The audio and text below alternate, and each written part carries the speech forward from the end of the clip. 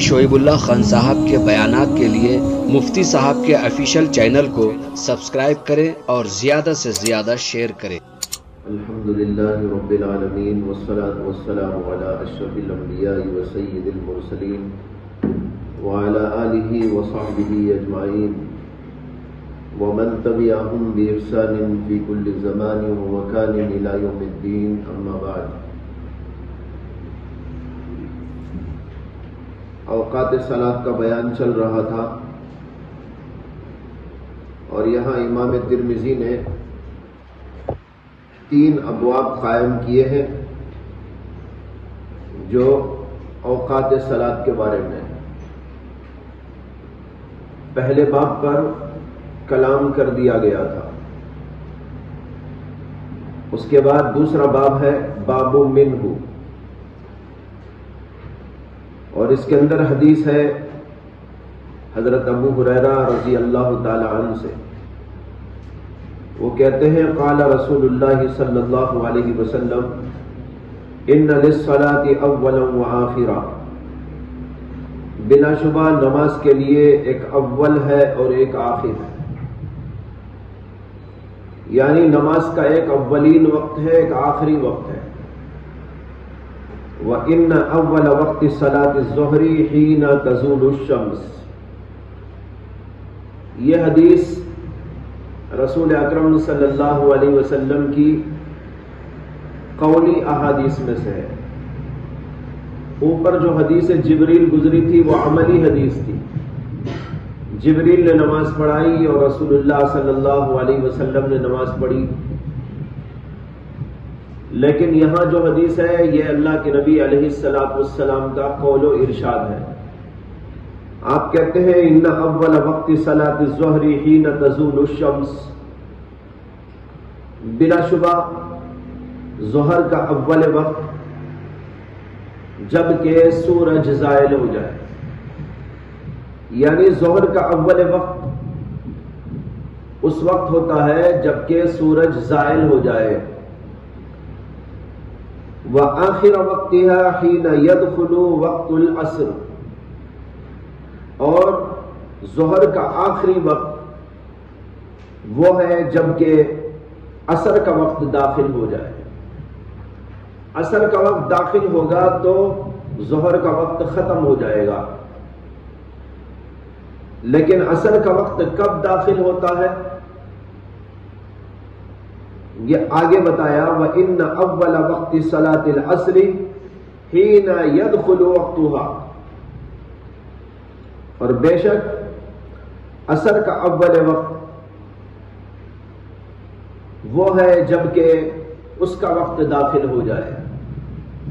چونکہ یہ معلوم تھا اور صحابہ کرام سمجھ رہے تھے کہ وہ کون سا وقت ہے، اس لیے اللہ کے نبی علیہ السلام نے اس کو مبہماً ارشاد فرما دیا، جب عصر کا وقت آئے گا تو عصر کا وقت آ جائے گا، اور فرمایا وَإِنَّ آخِرَ وَقْتِهَا حِينَ تَصْفَرُّ الشَّمْسُ، اور عصر کا آخری وقت وہ ہے جب کہ سورج پیلا پڑ جائے۔ جب سورج پیلا پڑ جائے تو اس کا آخری وقت ہو جاتا ہے۔ اسی حدیث کے پیش نظر امام اوزاعی کا مسلک یہ ہے، اور اسی طرح امام مستخری کا، کہ دونوں حضرات کہتے ہیں کہ سورج کے پیلا پڑنے پر عصر کا وقت ختم ہو جاتا ہے، یعنی وہ غروب شمس کو اس کا آخری وقت نہیں مانتے، بلکہ اصفرار شمس پر عصر کے وقت کا انتہا مانتے ہیں، اور کہتے ہیں کہ جب پیلا پڑ جائے سورج تو عصر کا وقت ختم ہو جاتا ہے، اس کے بعد عصر پڑھنا جائز نہیں۔ لیکن تمام علماء کے نزدیک عصر کا آخری وقت غروب شمس تک رہتا ہے، جیسے کہ دیگر احادیث میں اس بات کی تصریح موجود ہے اور کثرت کے ساتھ یہ روایات موجود ہیں۔ لہذا آخری وقت عصر کا غروب شمس ہے۔ اب رہا یہ سوال کہ یہاں پر یہ کیوں فرمایا وَإِنَّ آخِرَ وَقْتِهَا حِينَ تَصْفَرُّ الشَّمْسُ، اس کی وجہ یہ ہے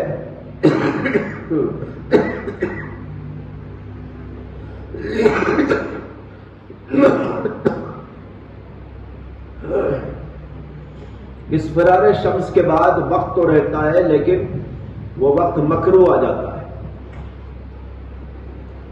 اصفرار شمس کے بعد نماز عصر مکروہ ہو جاتی ہے، اس لیے اللہ کے نبی علیہ السلام نے آخری وقت اس کا بتایا اصفرار شمس۔ باقی وقت تو رہتا ہے لیکن وہ وقت مکروہ وقت رہتا ہے، اور مکروہ وقت میں نماز پڑھنا تو اچھی بات نہیں ہے، اس لیے اللہ کے نبی علیہ السلام نے اس کا آخری وقت اصفرار شمس کو بتایا۔ اور آگے کہا وَإِنَّ أَوَّلَ وَقْتِ الْمَغْرِبِ حِينَ تَغْرُبُ الشَّمْسُ، اور مغرب کا اول وقت وہ ہے جب کہ سورج غروب ہو جائے۔ جب سورج غروب ہو جائے گا مغرب کا وقت شروع ہو جائے گا۔ وَإِنَّ آخِرَ وَقْتِهَا حِينَ يَغِيبُ الْأُفُقُ، اور مغرب کا آخری وقت وہ ہے جب کہ افق غائب ہو جائے۔ یہاں پر ہے افق غائب ہو جائے، بعض روایتوں میں ہے حین یغیب الشفق، جیسے کہ اوپر آپ نے پڑھ لیا شفق غائب ہونا، یہاں پر افق کے ساتھ اس کو تعبیر کیا ہے۔ اسی سے امام اعظم ابو حنیفہ رحمۃ اللہ علیہ استدلال کرتے ہیں کہ جو سفیدی ہوتی ہے آسمان پر اس کا نام ہے شفق، اس لیے کہ افق غائب اسی وقت ہوتا ہے جبکہ سفید پن ختم ہو جائے۔ لال پن ختم ہونے کے بعد تو افق غائب نہیں ہوتا بلکہ سفیدی نظر آنے لگتی ہے۔ سفیدی اس وقت غائب ہو جاتی ہے جبکہ کالا پن آ جاتا ہے۔ اسی کالا پن کے آنے کو یہاں پر یغیب الافق سے تعبیر کیا گیا ہے، جیسے کہ میں نے کل بھی عرض کیا تھا کہ ابو داؤد کے ایک روایت کے اندر یہاں پر ہے حین یسود الافق، جبکہ افق کالا پڑ جائے۔ تو افق کا کالا ہونا وہی دراصل افق کا غائب ہونا ہے، اور افق غائب اور کالا اس وقت میں ہوتا ہے جبکہ اس کے اوپر کی سفیدی ختم ہو جاتی ہے۔ پہلے تو آسمان غروب ہوتے ہی پیلا پڑ جائے گا، جس کو لال کہتے ہیں، لال کے قریبی رنگ ہوتا ہے پیلا پیلا سا، اور پھر اس کے بعد وہ ختم ہو جاتا ہے تو آسمان پر آپ دیکھیں گے سفیدی آ جاتی ہے۔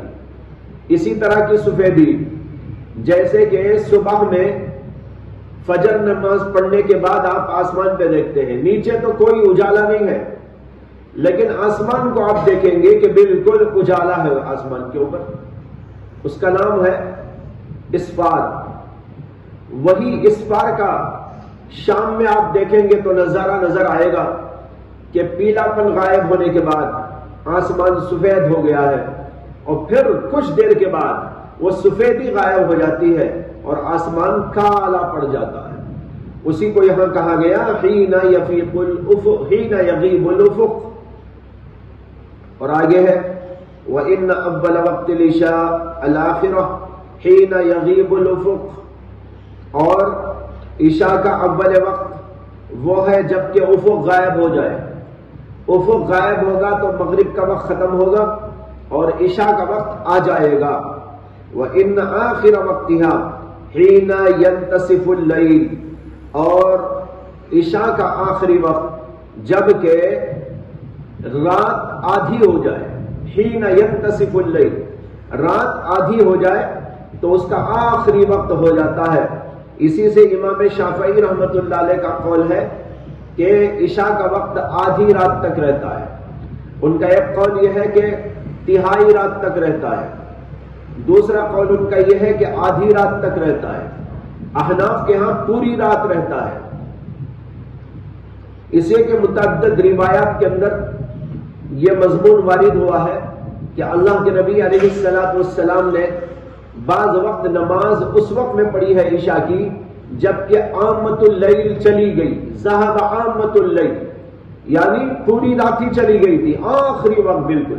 تو پوری رات جانا تو اسی وقت کہیں گا نا جبکہ آدھی رات ہونے کے بعد جو وقت رہتا ہے وہ بھی ختم ہو جائے، یہاں تک کہ صبح کا قریب قریب وقت ہو جائے، اس کو کہتے ہیں ذہب عامت اللیل. متعدد روایات آپ آگے چل کر پڑھیں گے، بخاری کے اندر بھی یہ روایات آئیں گی اور ترمذی میں بھی آئیں گی. ان روایات کو سامنے رکھ کر احناف کہتے ہیں کہ پوری رات وقت رہتا ہے، لیکن تہائی رات تک مستحب وقت ہے، تہائی رات کے بعد آدھی رات تک جواز کا وقت ہے، اور پھر اس کے بعد اگر پڑھتا ہے تو نماز تو ہو جاتی ہے لیکن مع الکراہت.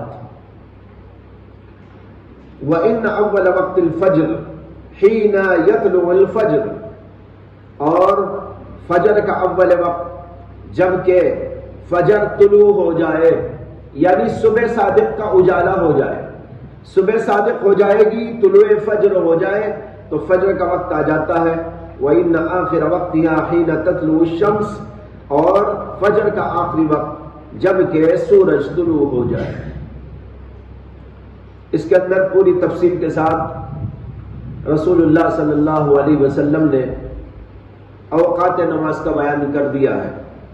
امام ترمذی آگے کہتے ہیں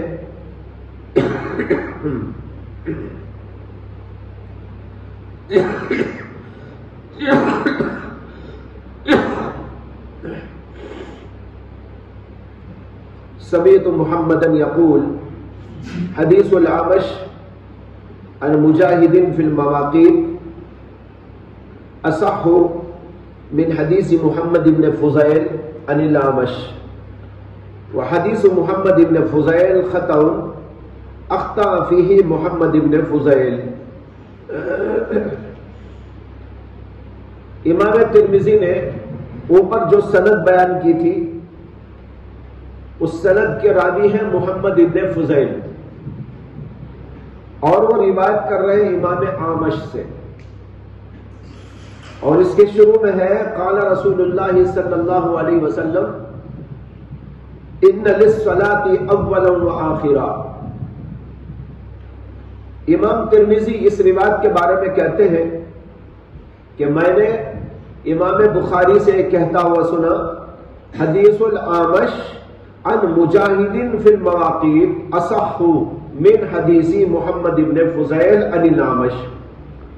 عامش کی وہ حدیث جو جس کو انہوں نے مجاہد سے روایت کیا ہے،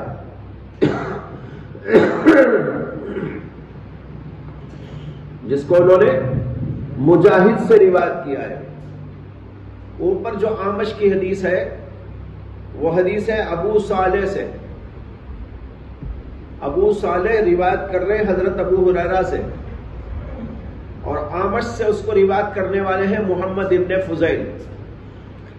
امام بخاری کہتے ہیں کہ امام عامش کی وہ حدیث جس کو انہوں نے مجاہد سے روایت کیا ہے وہ زیادہ صحیح ہے محمد بن فضیل کی حدیث سے جس کو انہوں نے عامش سے روایت کیا.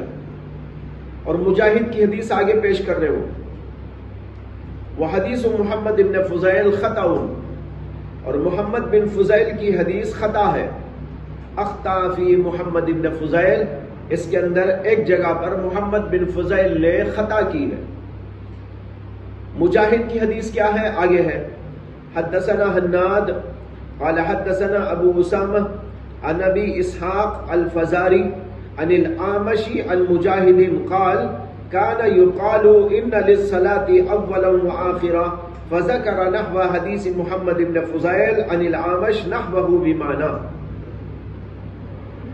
یہ حدیث ہے حناد سے، اور حناد روایت کرتے ہیں ابو اسامہ سے، وہ ابو اسحاق الفزاری سے، اور وہ عامش سے، اور عامش مجاہد سے. مجاہد نے کہا کانا یقالو، کہا جاتا تھا. اس میں قال رسول اللہ نہیں ہے، کیا ہے؟ کانا یقال، کہا جاتا تھا ان للصلاة اولا وآخرا، ہر نماز کا ایک اول وقت ہوتا ہے ایک آخر وقت ہوتا ہے. یہ مجاہد کہہ رہے ہیں کہ یہ حضور نے نہیں کہا ہے، بلکہ ہمارے لوگوں کے اندر کہا جاتا تھا، لوگوں کے اندر یہ بات معروف تھی، لوگوں میں یہ بات مشہور تھی، اللہ کے رسول نے فرمایا۔ یہ کہنے والے تو محمد بن فضیل ہیں، لیکن مجاہد کی روایت کے اندر کانا یقالو ایک عام عنوان کے ساتھ اس کو بیان کیا گیا ہے کہ لوگوں میں یہ بات مشہور تھی، کہی جاتی تھی۔ تو اس کا مطلب یہ ہے کہ محمد بن فضیل نے سے قال رسول اللہ کہہ کر جو بیان کیا ہے یہ بات خطا ہے، یہ بات ایک عمومی لوگوں میں جو معروف تھی، مشہور تھی، اس کو انہوں نے قال رسول اللہ کہہ کر پیش کر دیا ہے۔ مجاہد کی روایت کے اندر قال رسول اللہ نہیں ہے۔ فذکر نحو حدیث محمد بن فضیل، اس کے بعد انہوں نے محمد بن فضیل کی جو اسی حدیث ہے اوپر آپ نے پڑھی، اسی طرح پوری روایت بیان کی ہے، صرف شروع کا جملہ الگ ہے۔ شروع کے جملے میں انہوں نے قال رسول اللہ نہیں کہا، اس کے لیے کہا کانا یقالو، بعد انہوں نے وہی روایت پیش کی جو محمد بن فضیل نے بیان کی۔ تو آگے کی پوری روایت تو صحیح ہے، لیکن امام ترمذی جو کہہ رہے ہیں وہ صرف پہلے جملے کے بارے میں، پہلے جملے میں خطا ہو گئی محمد بن فضیل سے، لیکن محمد بن فضیل کی طرف خطا کی نسبت کرنا یہ بات جو ہے صحیح نہیں معلوم ہوتی، اس لیے کہ محمد بن فضیل ثقہ راویوں میں سے، قابل اعتماد راویوں میں سے، تمام علماء نے ان کی توثیق کی ہے۔ اگر انہوں نے قال رسول اللہ کہہ کر بیان کیا ہے تو آخر اس کے اندر غلطی ہونے کا کیا تک ہے؟ کوئی ایسی دلیل تو بیان کرنی چاہیے کہ اس کے اندر غلطی ہوئی۔ رہا مجاہد کا یہ کہنا کانا یقالو، تو ہو سکتا ہے کہ مجاہد تک اس روایت میں قال رسول اللہ کے الفاظ نہیں پہنچے ہوں گے، ان کو جتنا معلوم تھا انہوں نے کہا کانا یقال، یہ کہی جاتی تھی بات، لیکن وہ جو کہی جاتی تھی وہ کیوں کہی جاتی تھی یہ بھی تو سوچنے کی بات ہے۔ اگر صحابہ میں یہ بات معروف تھی، اس سے کہ مجاہد جو بیان کر رہے ہیں وہ صحابہ کی بات بیان کر رہے ہیں، لوگوں میں یعنی صحابہ میں یہ بات معروف تھی، اس صحابہ میں کوئی غلط بات معروف ہو جائے گی؟ اگر معروف ہوگی تو وہ دین ہی کی بات ہوگی، اور صحابہ اسے دین کے طور پر بیان کرتے تھے، ان للصلاۃ اولا وآخرا، تو ظاہر بات ہے کسی نے اس کو ضرور حضور سے سنا ہوگا، تبھی تو اس کو بیان کیا اور وہ لوگوں کے اندر رواج پایا، اور اسی کو محمد بن فضیل کی حدیث کے اندر واضح الفاظ میں کہہ دیا گیا قال رسول اللہ صلی اللہ علیہ وسلم، تو اس کے اندر کوئی غلط بات موجود نہیں۔ اس لیے امام ترمذی کا یہ کہنا کہ محمد بن فضیل نے خطا کی، یہ بے دلیل بات ہے، اس کی کوئی دلیل نہیں ہے کہ ان سے کوئی خطا ہوئی، بس اتنا ہوا کہ مجاہد کے علم میں یہ بات نہیں آئی تھی، تو مجاہد کے علم میں نہ آنے سے محمد بن فضیل سے خطا ہو جانا تھوڑا ہی لازم ہے، اس لیے بات صحیح نہیں معلوم ہوتی۔